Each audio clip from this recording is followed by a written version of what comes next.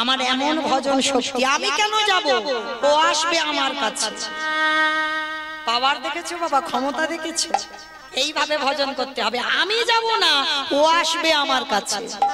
যেমন ধরুন মা, একটু আরো পরিষ্কার করে আপনাদের বোঝাই, আপনাদের বোঝার জন্য। সিনেমা টিনেমা দেখো তো? আচ্ছা সিনেমা বাদ দাও, সিরিয়াল দেখো? ওটা দেখে। আচ্ছা, যে সিরিয়ালে শুধু নায়ক নায়িকা থাকে বাবা, সেই সিরিয়াল ভালো লাগে? জমজমাট হবে? একটা ভিলেন চাই, মানে খলনায়ক। এই ভিলেন কি করে? সব সময় মারামারি হবে, কাটাকাটি হবে, খুনোখুনি হবে। আচ্ছা, যখন নায়ককে জব্দ করা না যায়, তখন ভিলেন কি করে? নায়িকাকে চুরি করে। আর নায়িকাকে যদি চুরি করা যায়, তাহলে বাবা আর নায়কের কাছে যেতে লাগবে?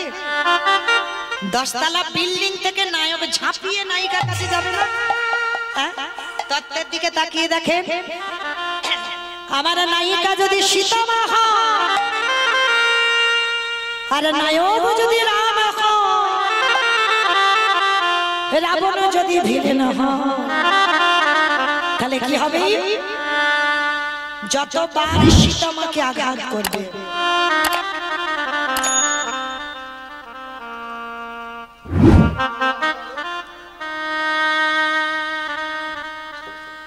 যতবার সীতামাকে আঘাত করবে, আর সীতামা যখন হারাম হারামে বলে কাঁদবে, আর কি থাকতে পারবি? 7 সমুদ্র 13 নদী পার করে ছুটে আসবে না লঙ্কায়। আরে রাবণ রাজা বলছে, মন্দোদরী, যদি একবার আমার সোনার লঙ্কায় রামচন্দ্র আসে, সেদিন যদি আমার রাজ্যে খরা দেখা দেয়। খরা মানে কি গো? খরা মানে কি? সব শুকিয়ে গেছে, খাল বিলি নদী নালার জল, কোথাও আর জল নেই।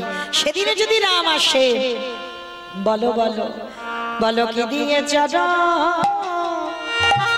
তুমি ভোগাইলে আমার প্রভুজি?